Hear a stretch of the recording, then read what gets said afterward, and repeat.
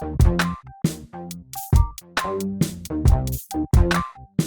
here with the Digital Digest, and today I wanted to share a comparison between the Lenovo Legion 5 Pro on the left and the Lenovo Legion 7 on the right. These are two very similar yet different machines from Lenovo. Design cues incredibly similar. The internals almost identical.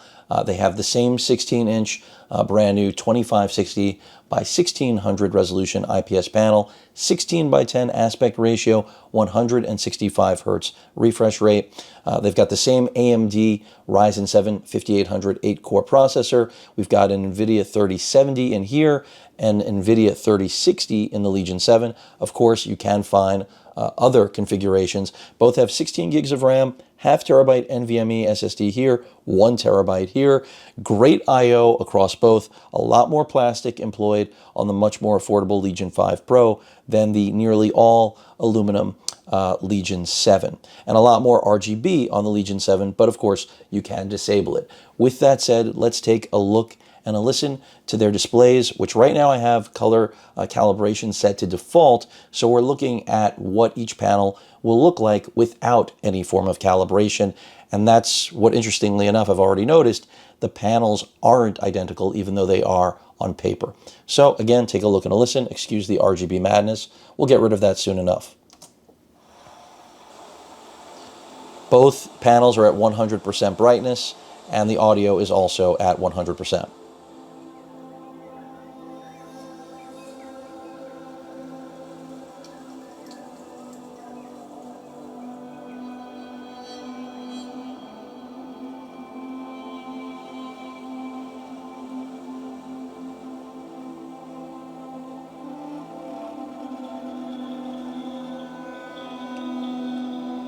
Going to stop them right there, and hopefully that came across on the audio. The Legion 5 Pro simply does not have as good speakers as the Legion 7. Now, I don't think either machine has amazing audio performance, but the Legion 5 Pro reflects that it is a far more affordable option in that the speakers are simply inferior to what you're getting in the Legion 7. After all, even though these look a lot alike, feel a lot alike, and have so much in common, again, with the internal specs, there is a difference nonetheless beyond just the mostly plastic versus mostly aluminum and more RGBs. And of course, Corsair IQ and per key RGB as opposed to zone. Glass trackpad, plastic trackpad, but these are just things you will notice instantly. Now let's take a look and a listen individually so we can separate the visual and audio experience, starting with the Legion 7.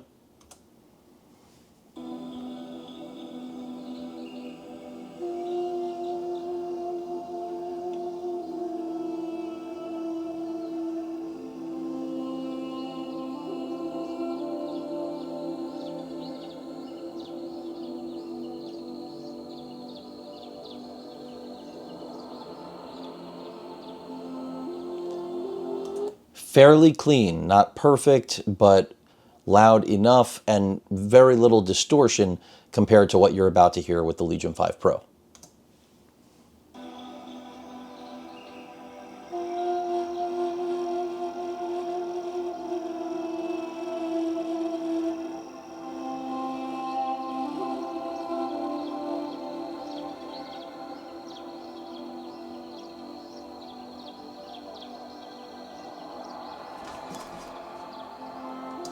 And there goes the little camera angle drop shot again. So, having some issues with my arm, not the one attached to my body. Hopefully that's clear enough. But there you have it in terms of the audio performance, which I think was incredibly clear that with the Legion 5 Pro, you are getting less of an audio performance, no doubt about it. But pricing. Right now, this is supposed to be just starting to be available at Walmart. The specific exact build I have here for $13.99. Now, if that's real, it is a steal. In spite of the more polycarbonate construction and design that is less desirable, in my opinion, than the one employed in the Legion 7, which is, of course, more metallic-based build quality.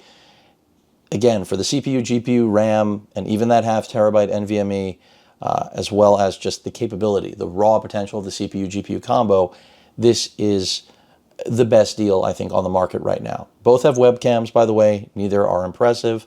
Both have privacy shutters as well. But you heard the audio here. It's just distorted. You have a lot of vibration from inside the chassis. It's just, you're not going to even say the speakers are really decent. Whereas the Legion 7, you would say the speakers aren't anything special, but they're not awful. So that's one thing to be aware of. Let's get out of the video test. And thankfully, neither I or the camera were injured in the process of that demo. And let's talk about performance. So if you caught my update on the Legion 5 Pro, you know it's benching pretty damn well. I mean, this is one of the lower scores. I've been averaging over 10,000 on TimeSpy. Here, prior to the June 10th driver update from Nvidia, I was getting numbers that I wouldn't have thought possible from a 3060. Remember, both of these have 300 watt power bricks, so there's more than enough juice. We're getting 140 TDP on the GPUs. I'm going to run TimeSpy again here with the Legion 7 just to see what the most up-to-date score is. Last time I ran it, it was a little under 9,000. To put that in context, beyond this, you can, of course, reference my videos and coverage of the 3070, the 3070 inside of my G15, which really stands somewhere between 80 and 100 TDP, so most of the time around 90, and that comes in at around 9,400 and change on TimeSpy. But you know, you have to take into account there's a different processor there. We've got a Ryzen 9, and ultimately it's more about the power delivery, and this 3060 is getting a lot of power, so it's reflected in the performance. So I just want to see again how we do. But when it comes to the NVMe that comes with the machine, the read-write speeds you're seeing here are competent. They're no different here, except here you are getting 1 terabyte. Now, when it comes to pricing, I already mentioned that this is rumored to be $1,400. Walmart shows out of stock, though, with an online price of $1,550, I think. That is US dollars for any subscribers or viewers here that don't know that's the country where I'm at. This machine, on the other hand, I'm going to mute the audio, which we don't have anything official here in the States yet. With the 3060 build, again, and the Ryzen 7 5800, 16 gigs of RAM, 1 terabyte NVMe, I think you're looking at around $1,700. Now, if we had apples to apples and a 3070 in here, I think we'd be closer to the $1,850 to $2,000 range. I don't have this direct from Lenovo, but be realistic on pricing. The Asus M16 just priced at $1,850 at Best Buy with a 3060. We know the G15 with a 3070 is $1,850. So this could realistically, with the 3060, again, be a $1,600 to $1,700 machine. That wouldn't surprise me. But with a 3070, definitely closer to $2,000, if not $2,000. So the question becomes, is it worth saving potentially $500 and going with the Legion 5 Pro over the Legion 7? Again, predominantly, this is going to boil down to whether or not you love, hate, love, whichever, the design, more so than anything, and care more about the fact that the Legion 7 has the build quality. To me, I would take the value that the Legion 5 Pro has to offer, especially since the display is pretty much identical. I think the display on the Legion 7, at least to my eyes, and I'll be very curious what all of you think in the comments, how you chime in. I feel like even though they're supposed to be the same panels, the one on the Legion 7 looks a little bit better. Again, this is default. I can change color calibration, but I wanted it to be as pure a representation of the panel's quality as possible. So with that in mind, I think it really comes down to, as I've stated, the aesthetic and the build quality. If you're okay with the fact that you're not getting a glass trackpad here, the keyboards are almost identical. I feel like the keyboard's a little bit better on the Legion 7. Everything's a little bit better on the Legion 7. Does that make up for $500 in price difference? Not really, especially when, from a performance standpoint, both are impressively cool and quiet. You're going to be able to run pretty much any game at native resolution, again, 1600p, which is fantastic. At a high refresh rate, of course, you will need to be plugged in to that giant 300-watt brick, but I don't see that as being a big deal. You are absolutely getting what you pay for with either of these machines. If you want the per key RGB, then obviously this is the way to go. Let me go ahead and just disable it. With the iQOO, you can see it cycling. With the iQOO software on, the battery life here is pretty atrocious. If you uninstall it, you will get some more battery life, but I still have not found that magical additional battery life that a lot of people have reported to be able to squeeze out of the Legion 7. The 5 Pro, on the other hand, is more in line with what you would traditionally expect from a gaming laptop in 2021.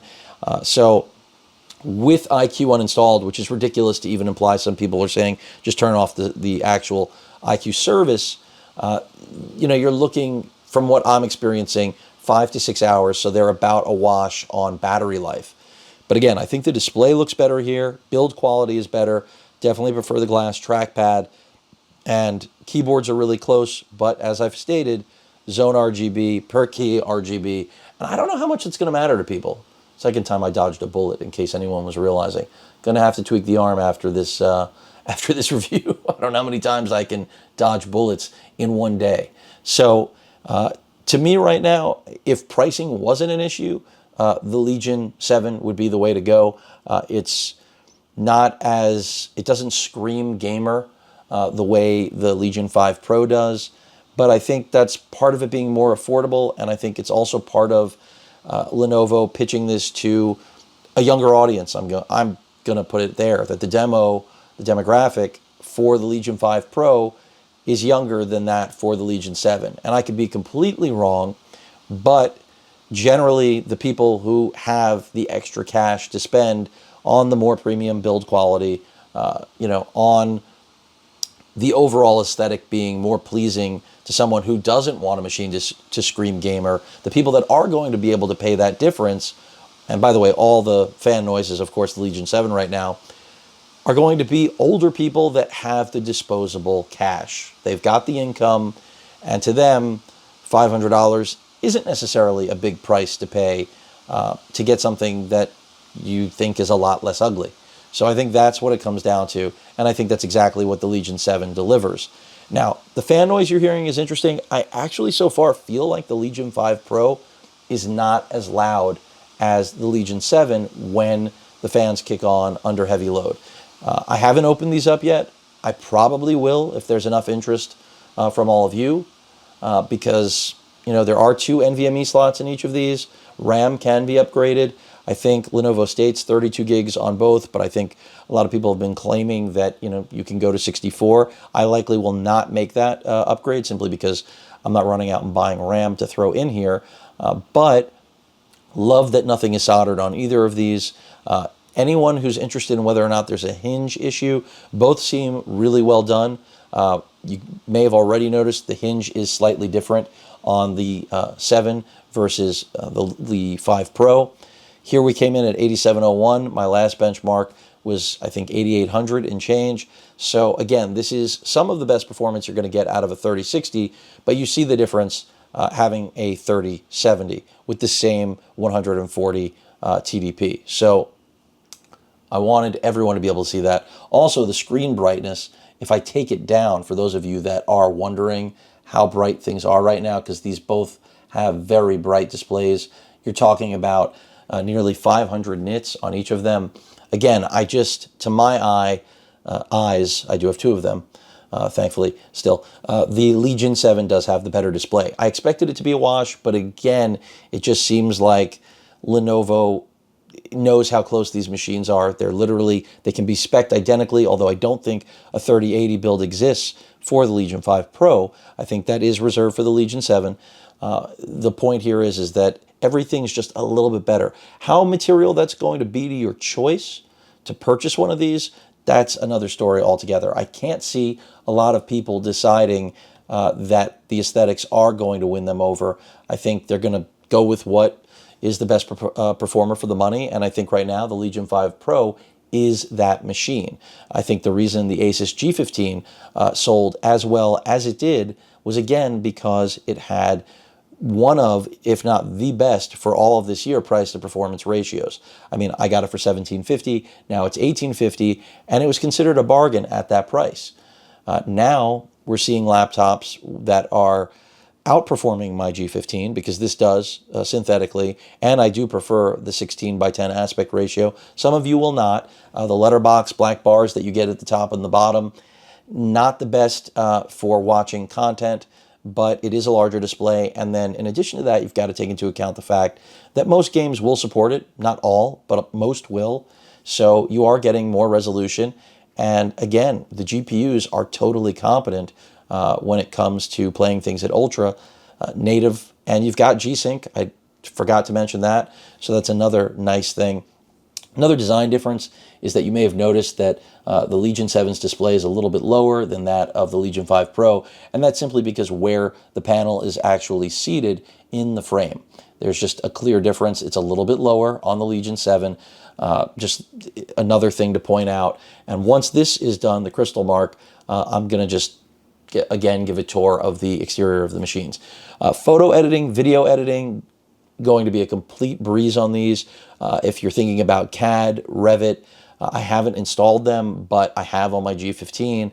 I've tested it out there. I already know that's totally competent, and the GPUs, you know, that's software specific, whether or not different design software will actually utilize and take advantage of GPU performance. This applies to all creative software, so case-by-case basis. But what I can tell you is you're not going to have any problems, no throttling that I've seen or experienced yet with pushing these systems. So Lenovo's done a good job with cooling on both of them, but as I stated earlier, it does seem like the Legion 5 Pro is a little quieter.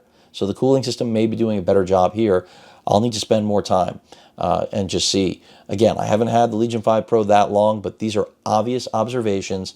And the most glaring one, again, is the pricing. I'm going to keep repeating it over and over again because this is a hell of a lot of computing power for $1,400 or even, you know, closer to $1,600, depending on where the price for this exact configuration ends up being. The Legion 7, on the other hand, it's still a question mark. And while I expect it to be reasonable, I do expect there to be a $300 to $500 price point difference when they have identical specs, which I've already made really clear in this video. And to me personally, again, I like the Legion 7 more, but I also know that I don't expect these laptops to last in terms of, not that they won't live more than 2 to 3 years, but in terms of their competency and the hardware. I personally would not use one of these for more than 2 to 3 years because I know better things are on the horizon, and you know, it's part of what I do here, folks. So many of you will want 5 years out of something like this, and I think you'll get a lot of time. Now, I can't speak to long-term durability. Obviously, the build quality here being, sorry, I never shut this off, by the way. The durability being a lot less competent on, or at least in terms of solid feeling on this machine compared to the 7, but I don't think that's a big deal. Look, my G15 is predominantly polycarbonate. Yes, there is some magnesium alloy in that build, but the way that it stays a little over 5 pounds as opposed to a little over, a little over 4 compared to a little over 5 on these is because of that blend and the fact that it is not as powerful, literally. I mean, it's working with a 200 watt power brick, whereas here we're dealing with 300, and realistically they all could be on 230s. That's what Lenovo originally said about both of these, but then obviously the pandemic came, and for whatever reason Lenovo decided everyone's getting a 300 watt brick, and the brick is tremendous. I don't think that's a drawback though for someone who's looking for the best computing power. That, you know, again, price to performance ratio remains relevant. If your budget, you know, is basically the sky's the limit, then you probably will look at other machines that retail for $1,000 more than these. You know, you could look at a Razer, but you will be paying for branding. I love Razer. I think they make great machines, but there's a lot more competition now than there used to be. Razer used to be the one. Now, there are a lot of different options, which is a good thing. It's harder for me to justify Razer's pricing, but then again, I haven't reviewed a Razer laptop since late 2019. So if Razer sends something over, you know, my opinion may change. We know their build quality is excellent. but they are a much smaller company, which has benefits and drawbacks when you compare it to bigger outfits like Lenovo, HP, Asus. I can't say as much because they're not as big. That's just the way it is. But so far, both are solid computers. Definitely think that we are going to see a little bit better battery life out of this than this, but it might be a wash. So you may be watching a second update on this comparison. And again, just from a chassis perspective, the deck here, as I mentioned, polycarbonate, aluminum here. The back lid of the Legion 5 Pro is an alloy of some sort. So we do have metal here. And then there is that Y, the Legion logo, which glows while it's sleeping. Now, how many of you are going to be disturbed by that? I don't know. But to me, it's not the end of the world. I think people complaining that this is basically the, Lenovo's way of forcing you that if you want something that's a little bit more normal looking, to spend the extra cash and jump. I'm going to remove the power from this. You saw all of the rear I/O lit up, which I love on both of these machines. The I/O is identical, by the way, so for anyone wondering. But here's the major difference on the design cues and the aesthetic. You can shut this off, obviously, but it generally will glow. This has more RGB besides better build quality. I don't really care about the RGB at all. In fact, I would live with it permanently off, whether it had a drain on battery power or not. But again, this is a matter of personal preference. This is a matter of budget. If budget is your driving factor, this machine is basically impossible to beat right now. Again, I can't speak to longevity, but it stays relatively quiet, relatively cool, and can play pretty much every game under the sun with its CPU-GPU combo and this great 16-inch 1600 res display that, again, nearly tops out at 500 nits. Design is, not my favorite, but I can easily recommend this already because it's basically, as I've already stated multiple times, impossible to beat. Privacy switch, Type A port there, and then, of course, Ethernet, Type-C power delivery, 2 more Type A ports, HDMI 2.1, another Type A port, proprietary charging. The quick charge on this is really fast. A little over an hour gets you a full charge on both of these. Of course, both can be opened with a single hand. That's not an issue. In terms of display wobble, both are really tight. So, I mean, there's a little bit more play. They're almost a wash. And this is why, again, I keep saying, I don't want people to think the Legion 5 Pro isn't made well. It is. It is still a very solid machine. I personally don't love this two-tone and what they did with the back, but it's to serve a purpose, which is, again, to separate its identity because they already look so much alike, function so similarly. One, again, looks more like it could be a business machine, and that's this one for sure, even though it's got all that RGB flash going on around the body. Front is clean. Of course, the Legion lip, as all Lenovo machines generally have. Privacy switch, your Type-C port, ventilation, and again, the same exact layout. Ethernet, Type-C with power delivery, so you can top this off with a 65-watt charger. You don't have to bring the 300-watt brick with either of these if you don't need them to run at full horsepower. Of course, Type A, HDMI 2.1, another Type A, and again, the proprietary power port. But pretty straightforward. Other side, we have another Type-C port and headphone microphone combo jack. So they're incredibly similar machines. It's a matter of budget, I think, and I think that the majority of people are going to want to save the money because we do live in a world where people do go through laptops, desktops much more quickly than I think most people imagine. And, parents looking to buy their children birthday gifts or graduation gifts or whatever it may be, I think they're going to gravitate towards the more power for the money. And that's exactly what the Legion 5 Pro does.